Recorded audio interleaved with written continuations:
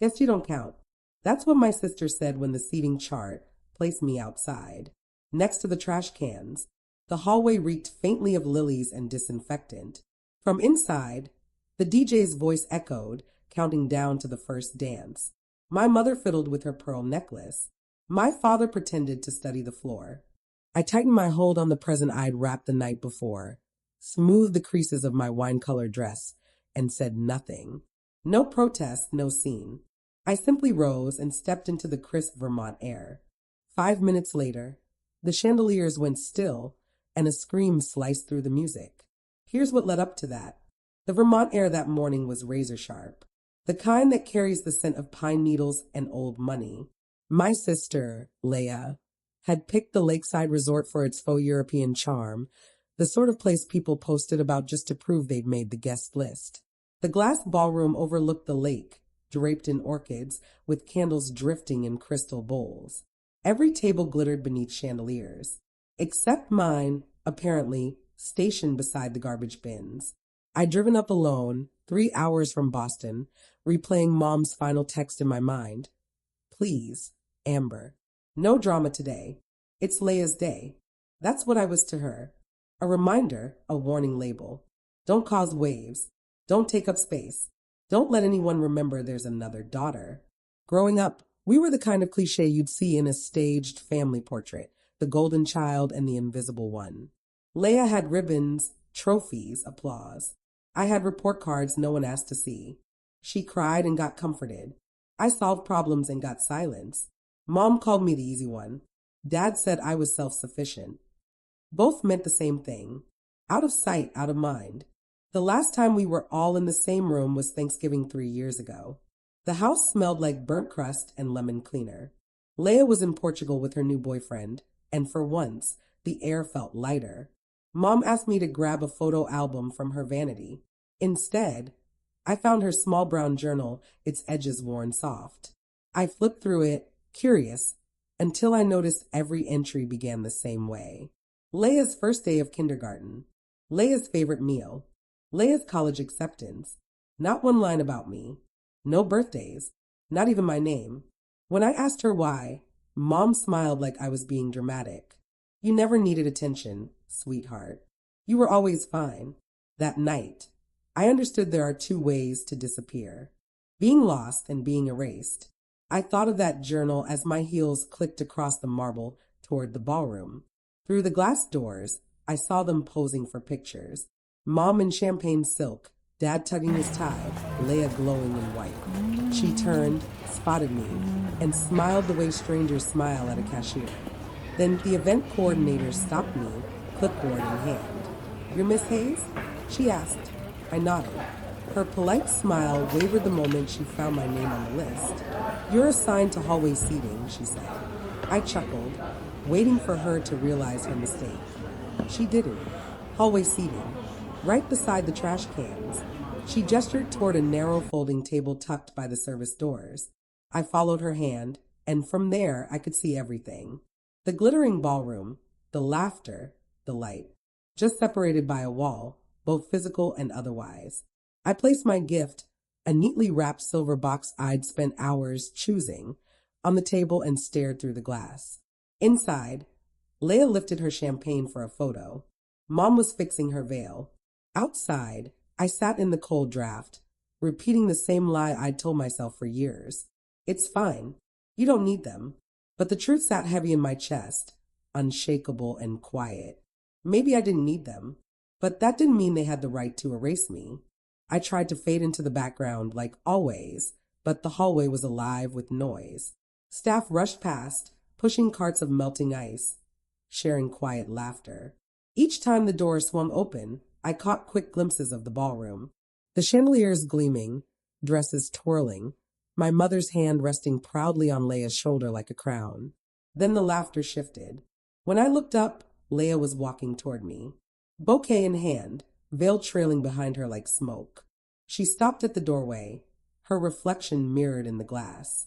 Two versions of her, one adored inside, one cruel outside. "Well," she said, tilting her head slightly, "looks like they finally figured out where you belong." I blinked. What's that supposed to mean? Her lips curved into that familiar half smile, the one she always wore before stealing the spotlight. Guess you don't count. The words floated out softly, almost tender, until they cut. Guess you don't count. Like I was an error in an equation, a number that never fit. For a moment, I couldn't speak.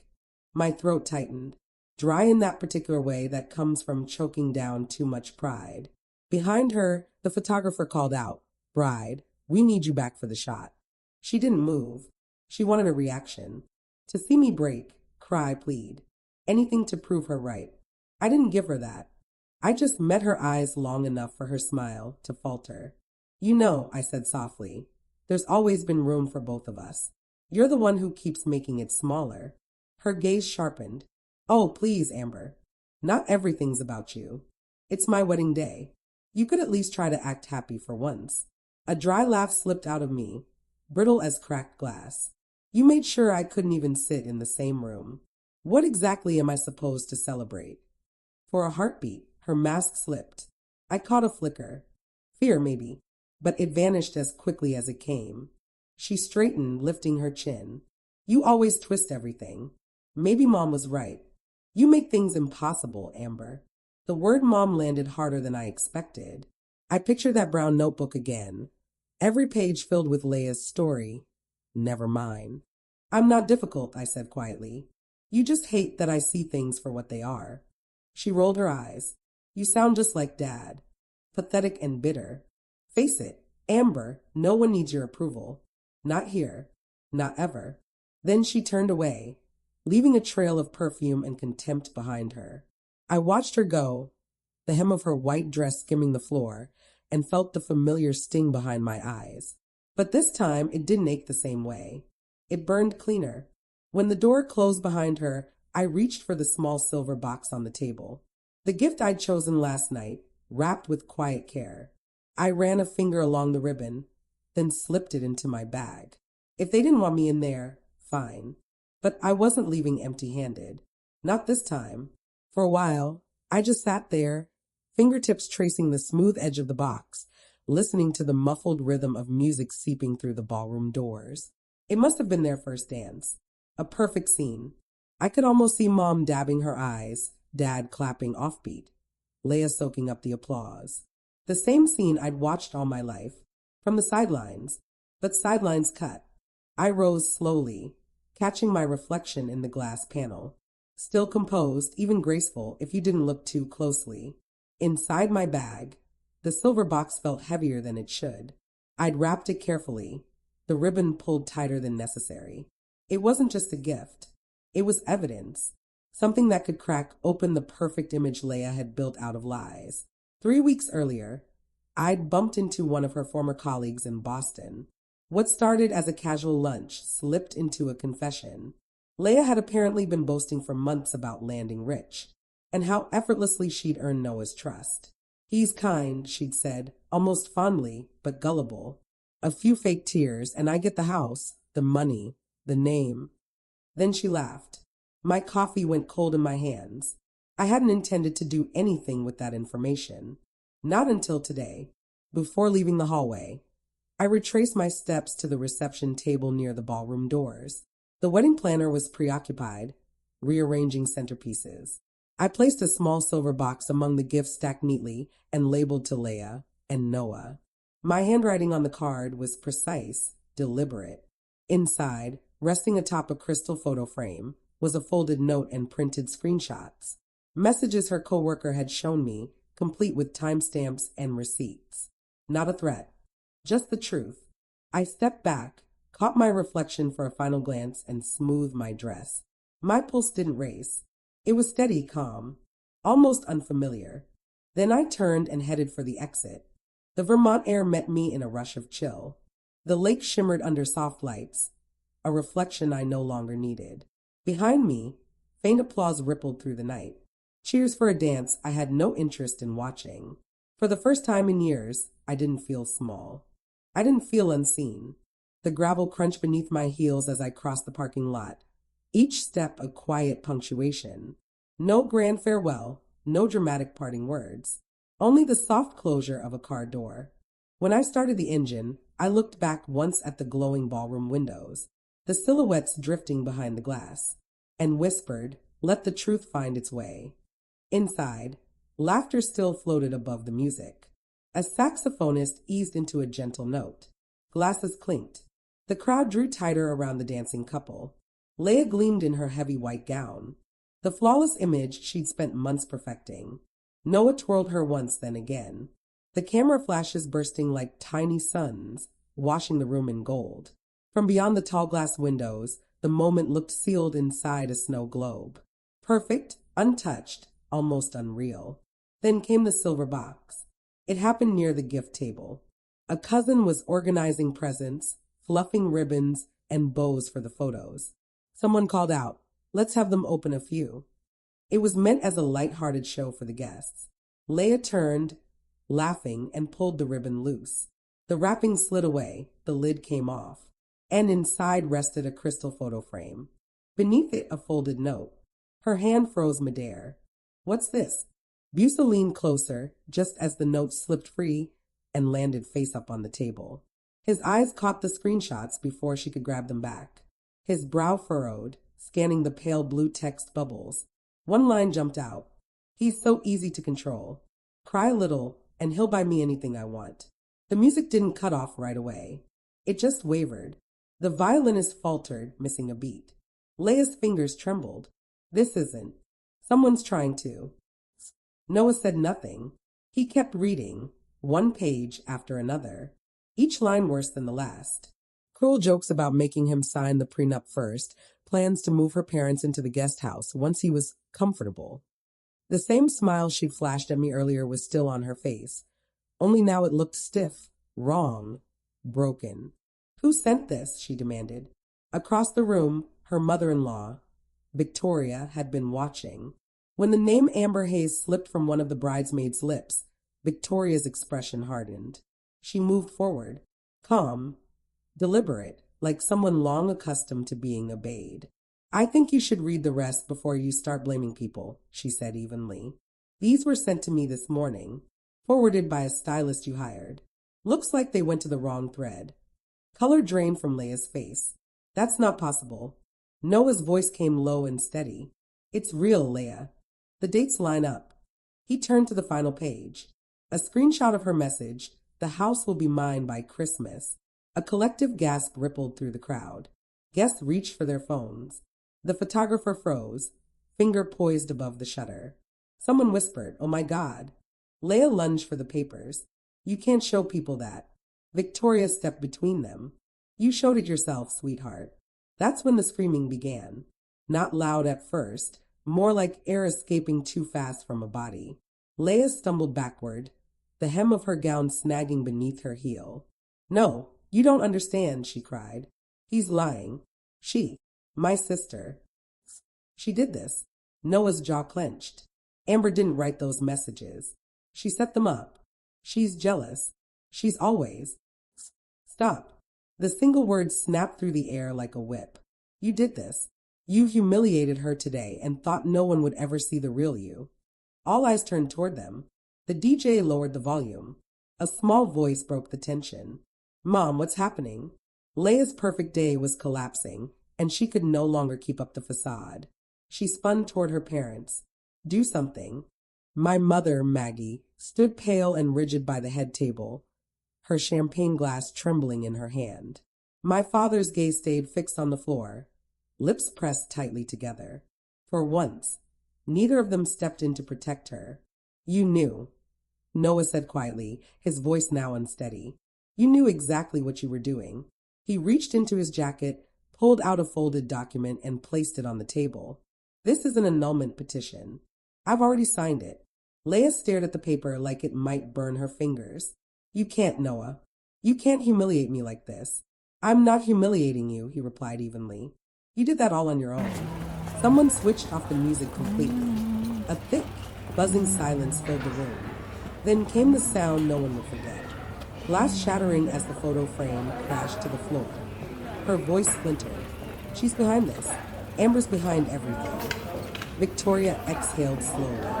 "Funny, the only thing your sister did was tell the truth."